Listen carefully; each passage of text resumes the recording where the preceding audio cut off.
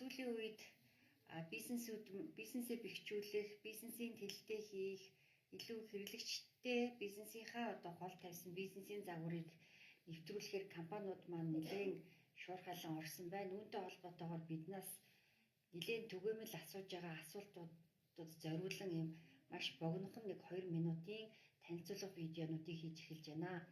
За хамгийн эхний асуулт болохоор Omni Channel гэж яг юу вэ?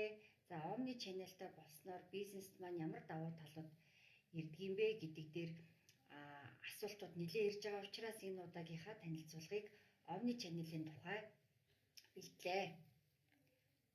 За тэгэхээр мэдээж бид нар бол хэрэглэгчтэй харилцаж байгаа маш олон төрлийн сувгууд байгааг бол мэдж байгаа. Тэгээд энэ зурагт бол харуулж байгаа ерөнхий дүрслэлээр бол та бүхэн маань тухайн бизнес өөрийнхөө хэрэглэгчтэй ямар сувгуудаар харилцаж болох дөрвөн төрлийн энэ сувгийн энэ хөгжлийн үе шатуудыг бол харуулж байна. Тэгэхээр өнөөдрийн байдлаар хамгийн сүүлийн үед ашиглагдж байгаа Omni Channel гэдэг сувгийг та бүхэн харж байна. Энэ сувг нь бусад сувгаасаа ялгаатай байдал нь аль ч сувгаар хэрэглэгч маань тухайн байгууллага руу хандаж орж ирсэн тухайн хэрэглэгчийг бид нэр таньж үйлчилнэ гэсэн үг. Өөрөөр хэлбэл энэ олон сувг дотор бид нар юуг ойлгох вэ гэхээр уламжилт, дэлгүүр, биетээр ирж үйлчлүүлэх эсвэл гар утсаараа тухайн байгууллагын дуудлагын төв рүү залгаж холбогдох, үгүй бол CRM-аар дамжин энэ дотор сошиал сувгуудаараа дамжин үйлчлэгээ авах боломжууд сүүлийн үед маш хэлбэг байгаа. Үүнд Facebook орно, Instagram орно. За тэгээд бас вебсайтаараа дамжуулаад бас чатлж болно, вебсайт дээр байгаа формыг бүгэлж болно. За тэгээ илүү байгууллагын хооронд үйл ажиллагаа явуулдаг бизнестэй бол мэйл бол бас нэлээд харилцааны гол сувг байдаг.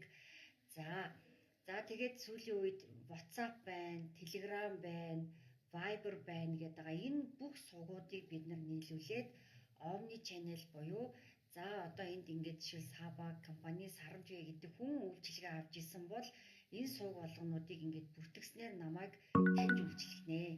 За нэгдүгээр таньж үйлчлснээс улбаатайгаар ямар давуу тал гарах вэ гэхээр дараагийн ажилтан тухайн хүнд үйлчлэхэд мэдээллийн зөрүүгүйгээр маш чанартай бөгөөд богино хугацаанд бүтээмжтэй ажиллах боломжийг олгодог. За тэгэхээр олон сувгаар дамжин орж ирж байгааг яаж таньж харуулдаг вэ гэдгийг компанийнхаа жишээн дээр харуулъя. За тэгэхээр энэ жишээн дээр болохоор манай Saba X компани руу дөрвөн төрлийн сувгаар нэг хүн орж ирснийг бид нар ингэж архивлан үлдэж харж болж байгаа гэсэн үг. За тэгэхээр энэ хүн маань анх орж ирэхдээ нэг номер буюу энэ доор манай вебсайтн дээр байдаг форум буюу хамтран ажиллах гэдэг форумыг энэ хүн бүгэлж орж ирсэн байна. Тэгэхээр сувг нь энэ дээрээ форум гэд харагдаж байгаа. За энэ форум ороод ирэнгүүт манай бизнес харилцааны менежерт мэдэгдэл ирж байгаа. За шинээр хамтран ажиллах хүсэлд орж ирлээ гэдгийг бид нар мэдэгдлийн дагуу орж CRM-аар шалгаад энэ хүний утасны дугаар руу залгасан байна. За эндээс ингээ бүр ярианы бичлэгийг харж болно.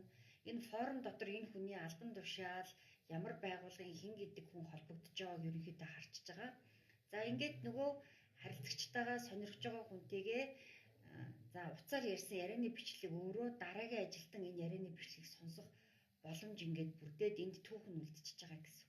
За энэ харилцагчтай манай менежер ярьсны дараа ямар процесс үүсэж байна гэхээр тухайн хүнд дэлгэрэнгүй мэдээлэл шаардлагатай болсон учраас тухайн хүний имэйл хаягийг бүртгэж аваад имэйл хаяг руу танилцуулга материал үнийн саналаа илгээсэн байна.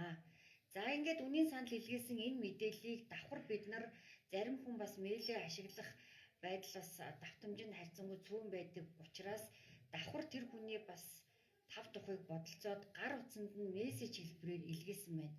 За энэ мессеж хэлбэрээр бас ингээд илгээж байгаа нь тэр хүний имэйлийн инбоксд нь мэйл очсон байгаад бид нар ингээд мэдэгдэж байгаа гэсэн үг.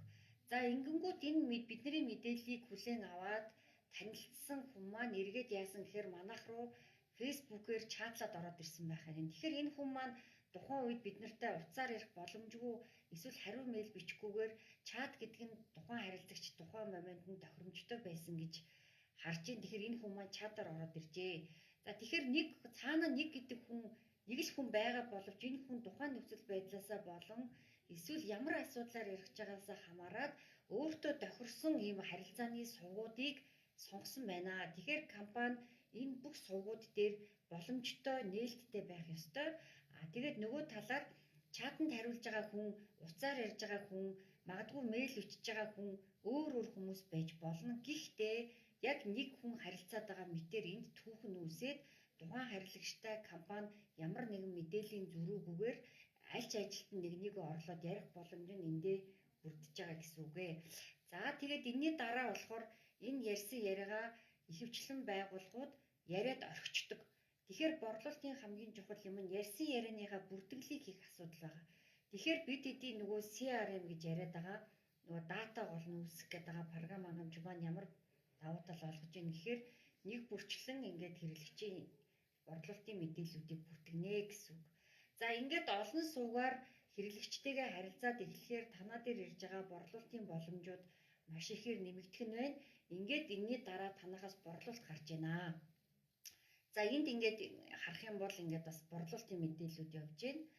За энэ олон суугийг дахиад саяны ярьсан мэдээллийг зүгээр базаад хэдүүлээд дүгнээд харуул таны ямар нэгэн сурчлагыг хараад танаа байгууллагын талаар хэн нэгнээс мэдээлэл аваад ингээд сурчлагын чинь маркетингийн үйл ажиллагааны үр дүнд маш олон суугаар танаа руу одоо хэрэглэгч боломдох боломжийг сая ямар байдгийг бид нар боддоор харсан тий.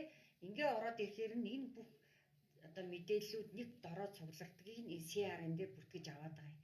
Тэгэхээр CRM дээр нэгэн дата маань бүртгэгдээд эхлэхээр биднэрт юу боломж бий болж ийн гэхээр мэдээллийг харах, тайлагнах, түүн дүн шинжилгээ хийх, бодит мэдээлэл дээр шийдвэр гаргах боломжууд. Тэгэхээр шийдвэр гаргах гэхээр маш ерөнхий сонсогдоод байгаа бол энэ шийдвэр жишээлбэл юу гэж болох вэ гэхээр за сая нэлээд төсөн мөнгө зарцуулсан маркетингийн компанид ажлын маань дагуу хэдэн хүн аль суугаар орж ирж хаанаас ямар контентын маань илүү хараад манайх руу холбогдож орж ирж гин гэдэг зар сурчлагын өгөөжөө нэгдүгээр үнэлэх боломжтой.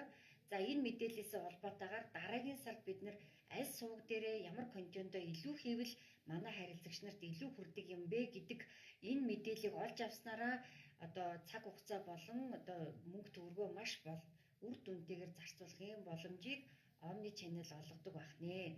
За ингээд ерөнхийдөө өнөөдрийн энэ танилцуулгаар яг Omni Channel гэж юу юм? За энэ нь өөрөө CRM-тэйгээ аль үе шатндаа холбогддгийг гэдэг мэдээллийг та бүхэнд өглөө. Тэгээд сүүлийн үеийн компаниудын маш нийтлэг ашиглаж байгаа энэ дижитал төлөвлөлүүд, ажлын арга барилууд, автоматжуулалтын талаар тасралтгүй мэдээлэл авахыг хүсэж байгаа бол манай пэйжийг дагаарай. Бид цаг тухай бүртэн та бүхэнд нэмэлт мэдээллүүдийг оруулаад шин санаануудыг хуваалцаад явах болно. Анхаарал тавьсанд баярлалаа.